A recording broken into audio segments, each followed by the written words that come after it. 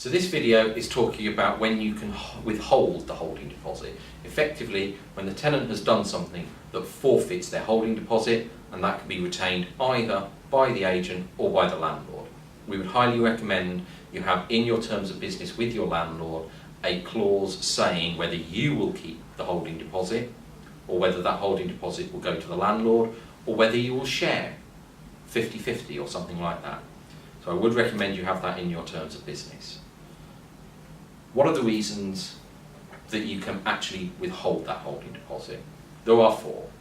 Number 1, if the tenant pulls out.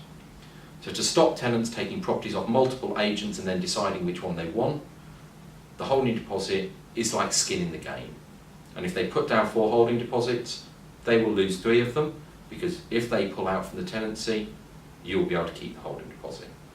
The second one, if they fail a right to rent check.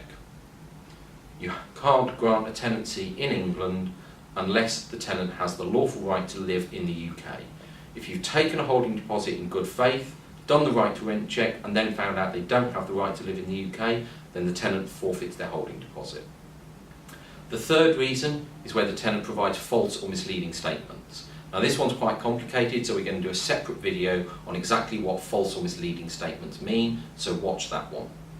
The final one is a bit like the previous video where we were talking about the deadline for agreement.